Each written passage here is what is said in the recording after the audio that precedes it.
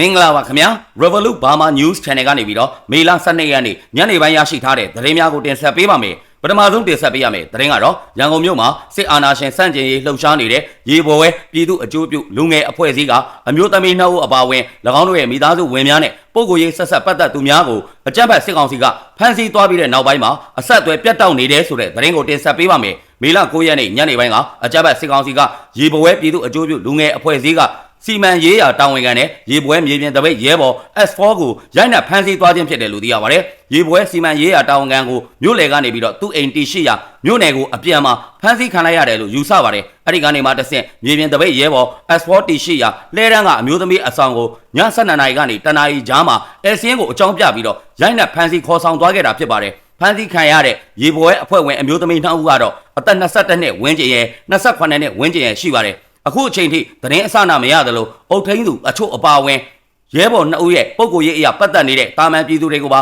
ဖမ်းဆီးထားတာပါပြည်သူ2ဦးထက်ပိုပါတယ်ခင်ဗျာလို့ရေဘော်ဝဲပြည်သူအကျိုးပြုလူငယ်အဖွဲ့အစည်းဥက္ကဋ္ဌကိုရေပွဲကပြောကြားထားပါတယ်ဖမ်းဆီးခံရတဲ့သူ2ဦးကိုအခုချိန်ထိဘယ်နေရာမှာဖမ်းဆီးချုပ်နှောင်ထားတယ်ဆိုတာကိုကြားသိရခြင်းမရှိသေးပဲအကြမ်းဖက်စစ်ကောင်စီရဲ့လူမဆန်တဲ့ညှဉ်းပန်းနှိပ်စက်မှုများအပေါ်အသက်အန္တရာယ်ထိခိုက်မှုရှိမှာကိုအုတ်ထင်းသူမိသားစုဝင်များနဲ့အတူစိုးရိမ်လျက်ရှိကြောင်းရေပွဲပြည်သူအကျိုးပြုလူငယ်အဖွဲ့အစည်းကထုတ်ပြန်ထားတယ်လို့သိရပါတယ်အခုဖမ်းဆီးခံရမှုနဲ့ပတ်သက်ပြီးတော့ကျွန်တော်တို့သတင်းထုတ်ပြန်ကြမှာပါတဲ့အတိုင်းຫນွေဦးတော်လှန်ရေးခရီးလမ်းကိုရှောက်လန်းခဲ့ကြကြတဲ့ကတော်လှန်ရေးယုံကြည်ချက်နိုင်ငံရေးခံယူချက်တွေနဲ့ရှောက်လန်းခဲ့ကြတာဖြစ်ပါတယ်ဒီခီးလမ်းမှာအခက်မသိရင်ခလုတ်တိုက်တာစူးစူးတာတွေစတဲ့ဒီလို NLD တွေကြုံလာနိုင်တာကိုကျွန်တော်တို့တွေကြိုတင်ပြီးတော့တွက်ဆပြီးသားဖြစ်ပါတယ်လို့ရေပွဲပြည်သူအကျိုးပြုလူငယ်အဖွဲ့အစည်းဥက္ကဋ္ဌကိုရေပွဲကပြောဆိုထားပါတယ်မြည်သောအကြမ်းဖက်ရက်စက်ရုံမှမှုများနဲ့ဖိနှိပ်နေပါစေရေပွဲပြည်သူအကျိုးပြုလူငယ်အဖွဲ့အစည်းအနေနဲ့ရေပေါ်ဝဲအလံတော်ကိုဆက်လက်ကမ်းလွှဲထူကာစစ်အာဏာရှင်စနစ်ချုပ်ငြိမ်းရေး Federal Democracy ပြည်ထောင်စုနိုင်ငံတော်တည်တည်ဆောက်နိုင်ရေးတို့အတွက်ပြည်သူလူထုနဲ့အတူအခုထက်ပိုပြီးတော့အားသွန်ခွန်စိုက်ကြိုးပမ်းသွားမှာဖြစ်ကြောင်းကိုအသိပေးထားပါတယ်အကြမ်းဖက်စစ်ကောင်စီအနေနဲ့ဘလို့ပဲရက်စက်ရုံမှဖိနှိပ်နေပါစေကျွန်တော်တို့အနေနဲ့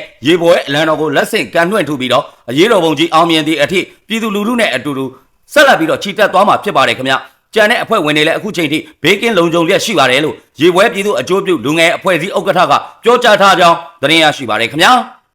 နောက်ထပ်တင်ဆက်ပေးရမယ်သတင်းကတော့မန္တလေးမြို့မဟာအောင်မြေမြို့နယ်မှာရှိတဲ့စစ်မှုထမ်းရန်အတင်းအဓမ္မစရဲကောက်ခံနေတဲ့မဟာမြိုင်နှစ်ရက်ကွက်အုပ်ချုပ်ရေးမှူးယုံဖောက်ခွဲတိုက်ခိုက်ခံရတယ်ဆိုတဲ့သတင်းကိုတင်ဆက်ပေးပါမယ်မေလ17ရက်နေ့ညနေ6နာရီခန့်ကမဟာအောင်မြေမြို့နယ်62 A လမ်း39လမ်းတောင်မှာရှိတဲ့မဟာမြိုင်နှစ်ရက်ကွက်အုပ်ချုပ်ရေးမှူးယုံအားဖောက်ခွဲတိုက်ခိုက်ခဲ့ကြောင်းကို No More Dictatorship People Defense Force NMD အဖွဲ့ကထုတ်ပြန်ထားတယ်လို့သိရပါတယ်အဲ့ဒီယုံဟာအတင်းအဓမ္မစစ်မှုထမ်းရန်ခေါ်ယူခြင်းငွေညှစ်ခြင်း၎င်းစီးရင်စစ်ချင်းများကိုအကြောင်းပြကာပြည်သူများကိုဒုက္ခပေးခြင်းများကိုပြုလုပ်နေတဲ့အတွက်ကြောင့်တိုက်ခိုက်ခဲ့ခြင်းဖြစ်တယ်လို့ NMD အဖွဲ့ကအသိပေးထားပါတယ်ရက်ကွက်ယုံအုံခံရတာအတန်တော့ကြားလိုက်တယ်ထိခိုက်မှုတော့မသိရသေးဘူးလို့ဒေသခံတို့ကပြောဆိုခဲ့ပါတယ်ဆက်လက်ပြီးတော့အုပ်ကြီးများယာအိမ်မှုများသတင်းပေးများစစ်ကောင်စီအလို့ကျဆက်လက်လှုပ်ဆောင်နေပါကပုံမထီရောက်စွာပြစ်မှတ်ထားပြီးတော့တိုက်ခိုက်သွားမှာဖြစ်ကြောင်းကို NMD အဖွဲ့ကထပ်မံပြီးတော့သတိပေးထားပါတယ်။ AP လ10ရက်နေ့ကလည်းအောင်မြေတာဆန်မြို့နယ်တိရိမာလာအရှိရက်ကွက်ရုံးနယ်ချမ်းမြသာစီမြို့နယ်ချမ်းမြသာစီတောင်ရက်ကွက်ရုံးအားတရက်ထဲဖောက်ခွဲတိုက်ခိုက်ခံခဲ့ရကြောင်းသတင်းရရှိပါတယ်ခင်ဗျာ။ဆက်လက်ပြီးတင်ဆက်ပေးရမယ်သတင်းကတော့မန္တလေးတိုင်းမြင်းကြံမြို့နယ်စုံရွာပြူစောတိစခန်းသိမ်းတိုက်ပွဲကအပြန်ပြည်သူ့ကာကွယ်ရဲဘော်များအားကြိုးဆိုခဲ့ကြတဲ့ဒေသခံများရဲ့အမည်စရဲများနဲ့အတူစစ်ကောင်စီအုပ်စုဘက်ကဖော်ပြပြီးတော့အသက်အန္တရာယ်ချင်းချောက်နေတဲ့ဆိုတဲ့သတင်းကိုတင်ဆက်ပေးပါမယ်။စုံရွာပြူစောတိစခန်းကိုမြင်းကြံ Black Tiger အဖွဲ့အပါအဝင်ပြည်သူ့ကာကွယ်တပ်ဖွဲ့များကမေလ9ရက်နေ့မနက်မှာဝင်ရောက်တိုက်ခိုက်ခဲ့ပြီးတော့ပြူစောတိ9ဦးကိုပြစ်ခတ်ရှင်းလင်းခဲ့တယ်လို့သိရပါတယ်။တိုက်ပွဲကနေပြန်လာတဲ့ပြည်သူ့ကာကွယ်တပ်ဖွဲ့ဝင်များကိုဒေသခံပြည်သူများကကြိုးဆိုခဲ့ကြတဲ့ရုပ်သံမှတ်တမ်းကိုမြင်းကြံ Black Tiger အဖွဲ့ရဲ့လူမှုကွန်ရက်မှာတင်ခဲ့တယ်လို့သိရပါတယ်။ရုပ်သံမှာပါဝင်သူများတဲ့ကအမျိုးသမီးနဲ့အမျိုးသားစုစုပေါင်းအယောက်30ရဲ့အမည်စရင်းနဲ့ဓာတ်ပုံတချို့ကိုစစ်ကောင်စီအုပ်စု Telegram Channel များမှာဖော်ပြထားပြီးတော့ချင်းချောက်နေခြင်းဖြစ်တယ်လို့သိရပါတယ်။ချင်းချောက်နေတာတွေ့ရတယ်။လုံခြုံရေးအတွက်တော့စိတ်ပူစရာကောင်းတယ်။အန်ဒီရဲ့ကင်းအောင်သတိဝိရိယနဲ့နေရတယ်လို့မြင်းကြံမြို့ကန်တို့ကပြောပြထားပါတယ်။တိုက်ပွဲအတွင်းမှာတော်လဲအဖွဲ့များရဲ့ပြစ်ခတ်မှုကြောင့်ကလေးငယ်တချို့အပါအဝင်32ဦးသေဆုံးခဲ့တယ်လို့စစ်ကောင်စီကသတင်းအမှားဖြန့်ပြီးတော့ဝါဒဖြန့်ထုတ်ပြန်ထားတာကိုတွေ့ရပါတယ်။လက်နက်ချအညံ့ခံခြင်းမရှိတဲ့ပြူစောတိ9ဦးကိုသ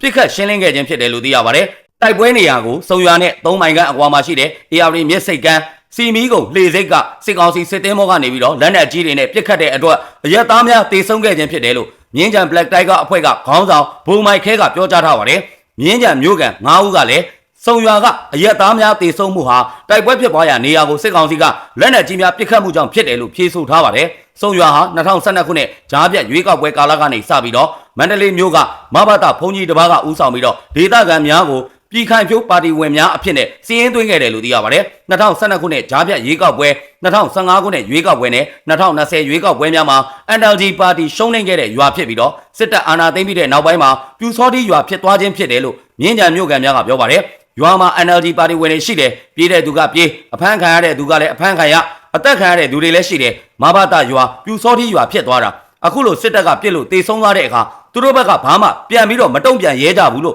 မြင်းကြံမြို့ကန်တို့ကပြောဆိုထားကြောင်းသတင်းရရှိပါတယ်ခင်ဗျာ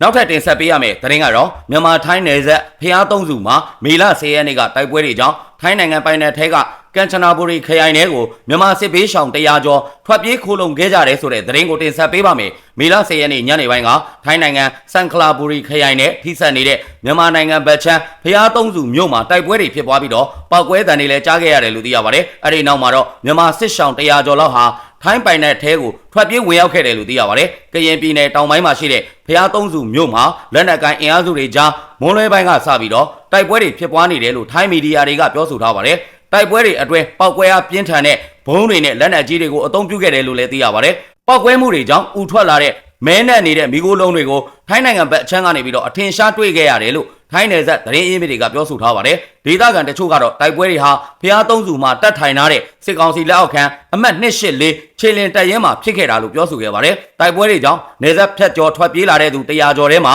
တပ်ကြီးရွယ်တွေနဲ့ကလေးတွေလည်းပါဝင်တယ်လို့သိရပါတယ်။တိုက်ပွဲဟာမိနစ်40ဝန်းကျင်လောက်ကြာမြင့်ခဲ့ပြီးတော့နောက်ဆုံးမှာတော့ကျေလောင်နဲ့ပောက်ကွဲတံကြီးတွေထွက်ပေါ်လာပြီးမှပြန်လည်ငြိမ်သက်သွားကြောင်းသိရှိရပါတယ်။ဖျားသုံးစုဟာလောလောဆယ်မြန်မာနိုင်ငံအရှေ့တောင်ပိုင်းမှာစစ်ရေးအရအာယုံအစိုက်ခံရဆုံးဗဟိုချက်နယ်မြေဖြစ်နေတဲ့မြဝတီရဲ့တောင်ဘက်ကီလိုမီတာ150 63မိုင်ကျော်အကွာမှာတည်ရှိတယ်လို့သိရပါတယ်။ဒေသတွင်းမှာရှိတဲ့အဓိကစစ်စခန်းတွေကို KNL ဦးဆောင်တဲ့တော်လှန်ရေးတပ်တွေကသိမ်းပိုက်ထားပြီးတော့ဖျားသုံးစုမြို့ပေါ်ကစစ်စခန်းတွေမှာပဲစစ်ကောင်စီတပ်သားတွေအနှင်းငယ်နဲ့ကရင်နယ်ကြားဆောင်တပ် BGF တွေတပ်ဆွဲထားတယ်လို့ဒေသတွင်းစစ်ရေးလေလာသူတချို့ကပြောပါတယ်။မေလ10ရက်နေ့ကတိုက်ပွဲတွေပြန်လည်ငြိမ်သက်သွားတဲ့နောက်ပိုင်းမှာတော့ရွာသားတချို့ကအရဲစွန်ပြီးတော့နေရက်ကိုပြန်ကြပေမဲ့လူအယောက်40ကျော်ကတော့လုံခြုံရေးစိတ်မချရသေးတာကြောင့်ထိုင်းပိုင်တဲ့ဘက်မှာပဲဆက်လက်ပြီးတော့ခိုးလုံနေကြတယ်လို့သိရပါတယ်။ထိုင်းနယ်ကြားဆောင်ရဲတပ်ဖွဲ့ရဲ့ဒုတိယကော်မရှင်နာရဲချုပ်ယွန်ဂရော့တက်ကောင်ပေါ်ရာစီရီကမြန်မာစစ်ရှောင်းတွေခိုးလုံလာရာနယ်စပ်ကျေးရွာတွေမှာနေကြားဆောင်ရဲတွေကတွားရောက်စစ်ဆေးခဲ့တယ်လို့ပြောဆိုထားပါတယ်။အခုဖြစ်စဉ်မှာအရက်သားတွေထိခိုက်ဒဏ်ရာရတဲ့သတင်းတော့မကြားသိရသေးဘူးလို့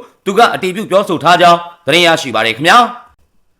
နောက်ထပ်တင်ဆက်ပေးရမယ်သတင်းကတော့စကိုင်းတိုင်းဒီပဲရင်မြို့နယ်မကြီးအုပ်ရွာစာတင်ကျောင်းကိုအကြမ်းဖက်စစ်ကောင်စီကလေကြောင်းကနေပြီးတော့ဘုံကျဲတိုက်ခိုက်ခဲ့တဲ့အတွက်9နှစ်အရွယ်ကလေးငယ်တအုပ်အပါဝင်ပြည်သူ6ဦးသေဆုံးပြီးအယောက်30ခန့်ထိခိုက်ဒဏ်ရာရရှိကအသက်အန္တရာယ်ဆိုးရင်ရတယ်ဆိုတဲ့သတင်းကိုတင်ဆက်ပေးပါမယ်။မေလ17ရက်နေ့မွန်လွယ်2နာရီခန့်မှာဒီပဲရင်မြို့နယ်မကြီးအုပ်ရွာစာတင်ကျောင်းကိုအကြမ်းဖက်စစ်ကောင်စီကတိုက်ပွဲဖြစ်ပွားခြင်းမရှိဘဲနဲ့ 1AK 130 Jet Fighter တစ်စီးနဲ့ပေါင်900ဘုံဒီ3လုံးကျဲချကဆက်လက်များနဲ့မကြီးအုပ်ရွာကိုပစ်ခတ်ခဲ့တယ်လို့သိရပါတယ်။အကြမ်းဖက်စစ်ကောင်စီရဲ့လေကြောင်းတိုက်ခိုက်မှုကြောင့်မကြီးအုပ်ရွာမှာရှိတဲ့9နှစ်အရွယ်ကလေးငယ်တအုပ်အပါဝင်ပြည်သူ6ဦးသေဆုံးကအယောက်30ခန့်ထိခိုက်ဒဏ်ရာရရှိပြီးတော့ဒဏ်ရာရတဲ့သူတွေဟာလည်းအသက်အန္တရာယ်စိုးရိမ်ရတယ်လို့သိရပါတယ်။စစ်ခွေးတွေကလေကြောင်းနဲ့ပတ်ဝဲပြီးတော့ပြစ်တာကတော့ထန်းတပင်ရွာမကြီးအုပ်ရွာနဲ့ကိုင်းကန်ရွာပေါ့အထိအနာဆုံးကတော့မကြီးအုပ်ရွာပါပဲစာတင်ကျောင်းကိုပဲတိုက်ခိုက်သွားတယ်တေဆုံးတာကတော့6ယောက်အတီးပြုတ်နိုင်ပြီးတော့အပြင်းထန်ဒဏ်ရာရတဲ့လူဦးရေအယောက်30နီးပါးခန့်ရှိတယ်အသက်အန္တရာယ်စိုးရိမ်ရတဲ့လူနာပိုများတယ်လို့ရေဦးအခြေပြု People's Defense Comrade ပြန်ကြားရေးတာဝန်ခံထူးခန့်စောအမိသားကပြောဆိုထားပါတယ်တေဆုံးသူ6ဦးဟာမြည်သူမြည်ဝါဖြစ်တယ်ဆိုတာကိုအတိမပြုတ်နိုင်သေးဘူးလို့သိရပါတယ်လက်ရှိအချိန်မှာထိခိုက်ဒဏ်ရာရရှိတဲ့သူတွေအတွက်ငွေကြေးနဲ့စီးဝါအကူအညီတွေလိုအပ်နေတယ်လို့သိရပါတယ်။မကြီးအုပ်ကျေးရွာဟာနေအိမ်150ခန့်ရှိပြီးတော့ရွာသားများဟာဒီကနေ့မေလ12ရက်နေ့အထိရွာထဲကိုမဝင်ရဲသေးပဲဘေးလွတ်ရာကိုတိမ်းရှောင်နေရတယ်လို့သိရပါတယ်။အကြောင်းမဲ့ကိုပြစ်သွားတာပါဗျာ။ပြစ်တာကရွာအဝင်ဇရက်နဲ့ရွာထဲကိုပြစ်သွားတာဘုံသီးကပေါင်900ဘုံသီး2လုံးစင့်ကွဲကဘုံသီး1လုံးစုစုပေါင်း3လုံးပြစ်သွားတာနေအိမ်3လုံးပြက်စီးတယ်တေဆုံးတဲ့သူကလည်း6ဦးထိရှိတယ်ဒဏ်ရာရတဲ့သူ22ဦးတည်းက9ဦးကလည်းစိုးရိမ်ရတဲ့အနေအထားပါအခုတော့စေကူတာပေးနေရတယ်အခုဒဏ်ရာရတဲ့သူတွေကတော့စေကူတာဖို့အခက်အခဲတွေနဲ့လည်းကြုံနေရတယ်ဘလို့အခက်အခဲလဲဆိုတော့စေဝါနဲ့ငွေကြေးအခက်အခဲပေါ့နေပူလို့ရွာအဝင်ကအရေးကောင်းတဲ့နေရာကိုတွားပြီးတော့အရေးခူကြရင်းနဲ့အပြစ်ခံလိုက်ရတယ်ဘာတိုက်ပွဲမှမရှိဘူးဒါတက်တက်ကိုယုံမာတာလို့ပြောလို့ရတယ်ဘာလို့ပဲဖြစ်ဖြစ်စစ်အာဏာရှင်စနစ်ကိုတော့အဆုံးထိတိုက်ထုတ်ရလိမ့်မယ်လို့